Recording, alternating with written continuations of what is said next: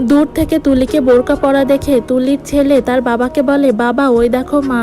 কিন্তু তুলির স্বামী এটা বিশ্বাস করে না, বরং সে তার বাচ্চাকে বলে, কি বলছো বাবা, তোমার মা তো কখনো বোরকা পরে না। এরপর তাড়াতাড়ি করে তুলি তার বয়ফ্রেন্ডকে নিয়ে চলে যায়, আর তুলির স্বামী এবং তুলির বাচ্চা তাদের পিছু নেই। একটু সামনে গিয়ে একটা মহিলাকে বোরকা পরে দাঁড়িয়ে থাকতে দেখে তুলির স্বামী মনে করে এটা নিশ্চয়ই তুলি, কিন্তু মুখ খোলার পর দেখতে পায় সেটা তুলি ছিল না। এটা দেখে সে মনে করে তার নিশ্চয়ই ভুল হয়েছে।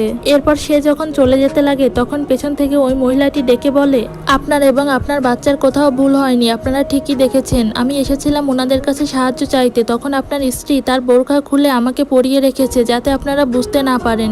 আমার অনেক টাকার দরকার ছিল, এ কারণেই আমি এটা করতে বাধ্য হয়েছি। আপনার স্ত্রী তার বয়ফ্রেন্ডের সাথে এখানেই আছে, তারা আমাকে অনেক রিকোয়েস্ট করেছিল এটা করার জন্য। এরপর তুলি আর তার বয়ফ্রেন্ড বের হয়ে আসে এবং তুলির স্বামীকে দেখে তুলি অবাক হয়ে যায়। তুলির স্বামী তখন বলে, তোমার কাছ থেকে আমি এটা কোনোদিনই আশা করিনি।